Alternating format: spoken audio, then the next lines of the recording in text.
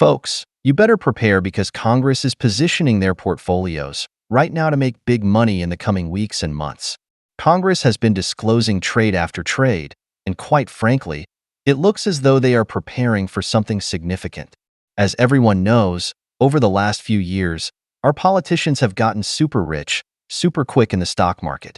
Year after year, Congress outperforms, but in 2024, it got even more extreme. According to new reports from Unusual Whales, some of the most connected congressmen and women return multiples of the S&P 500's already impressive 25% year-over-year growth. One congressman returned as much as 149%, nearly 6 times the market average. In fact, let's look at Senator Ron Wyden, who is an outspoken critic of Trump for not divesting from his real estate assets. Wyden himself is one of the top performers in Congress when it comes to stocks.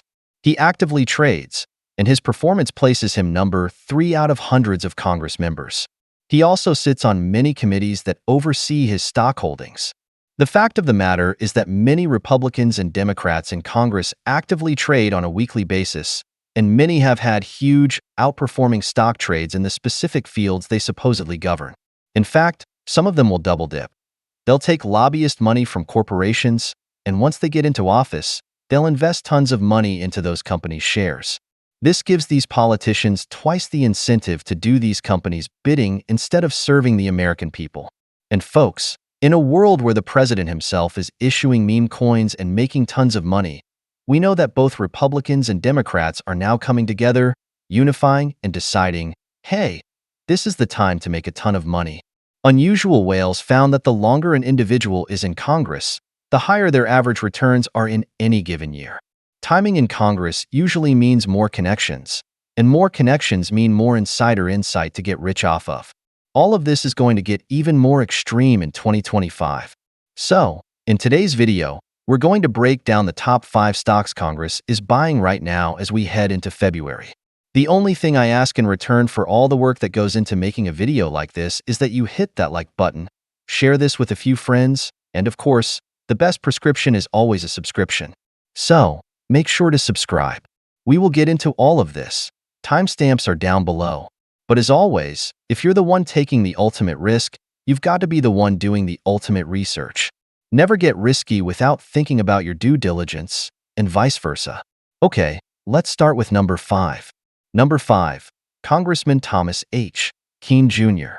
Congressman Keene just disclosed buying CP, Canadian Pacific Kansas City Limited. It's already done very well for him.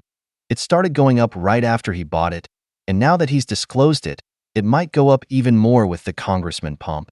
CP is a massive railroad company with monopoly-like control over freight transportation in North America. Why might he be interested in the stock? Well, Congressman Keene is a prominent politician from New Jersey who sits on infrastructure and transportation-related committees. So, why would he be loading up on Canadian Pacific? Is he hearing something behind the scenes in closed-door meetings? Who knows, but let's think about this for a second. The bottom line is that you have a high-level politician with direct access to infrastructure funding plans, both public and private, that need approvals. Here he is, betting on one of the dominant railroad companies in North America. CP is the only company with a coast-to-coast rail network that spans Canada, the US, and Mexico. If he believes those routes are about to be utilized more because of things he's hearing in closed-door meetings, well, guess what? The train might be leaving the station.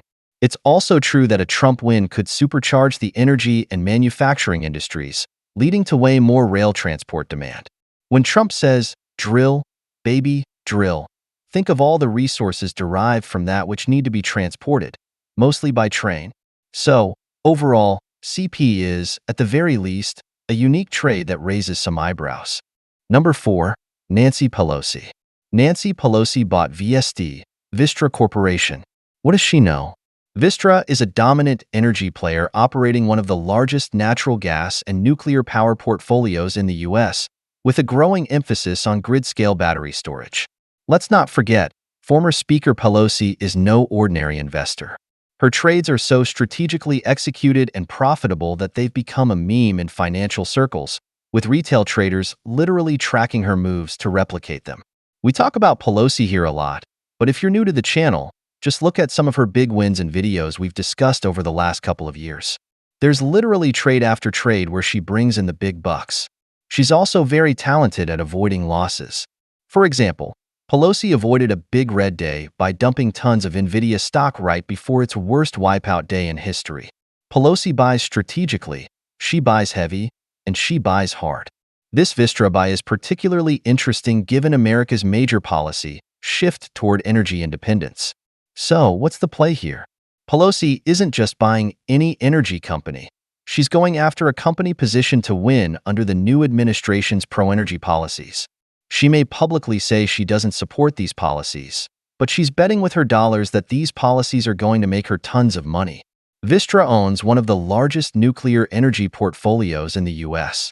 With Trump's strong support for nuclear energy expansion, Pelosi's buy suggests she expects major government incentives to benefit companies like Vistra that already have established nuclear operations. If the U.S. government starts fast-tracking nuclear energy investment, Vistra will be the top beneficiary. Government subsidies and tax credits for nuclear energy expansion are on the table, and Vistra is one of the best-positioned companies to capitalize on this trend. Congress tends to be the one that decides who gets the contracts. Nuclear energy is indeed becoming a strategic priority as the U.S. looks to reduce reliance on foreign energy sources, and Vistra is set to benefit from this. In the past, Congress has pushed billions of dollars into energy infrastructure upgrades, and often, they give it to companies they're invested in or that have donated to them. Guess what? Vistra is a direct recipient of federal energy infrastructure grants. Vistra also has deep market penetration in Texas, California, Nancy Pelosi's home state, and other energy-consuming states, which sets it up to win big. Number 3. Congressman Rick Allen. Congressman Rick Allen from Georgia just disclosed buying a ton of ROL, Rollins Incorporated. On the surface, Rollins is kind of a boring company. It's a pest control company. But Rollins is arguably in a prime position to secure massive government contracts in 2025 and beyond. Here's where things get really interesting. Congressman Rick Allen is from Georgia, the same state where Rollins is headquartered. When a sitting congressman loads up on a local company, you've got to pay attention, especially when that company stands to benefit big from government funding. This Rollins buy could be a lot more than just a great business move. It could be about upcoming federal contracts that haven't been reported yet or are still in discussions. Why would Rollins get government contracts? Is that even a big business for them? The U.S. government spends billions annually on pest control and biosecurity measures across multiple agencies. Rollins is in a prime position to lock in major federal, state, and even city-level contracts. Federal and state agencies have a lot of properties, and they must maintain pest-free facilities. They spend a lot on it. Usually, they overspend. The government is the best customer to have because they don't care what you're charging. They just pay massive amounts of money because the taxpayers gave it to them. If they run out, they'll print or borrow more from China. And guess who decides who gets the contracts? Congress. And when Congress is invested in these stocks, it is even better. If Rollins wins even a fraction of these DoD and federal building maintenance contracts, we could be looking at hundreds of millions of dollars in new revenue. State and local governments are also big buyers. Now, why would Congressman Rick Allen know about these potential contracts? Congressman Rick Allen sits on multiple economic and small business committees. He has direct exposure to infrastructure and military funding initiatives. Most importantly, his district in Georgia is home to some of the government's largest pest control research facilities.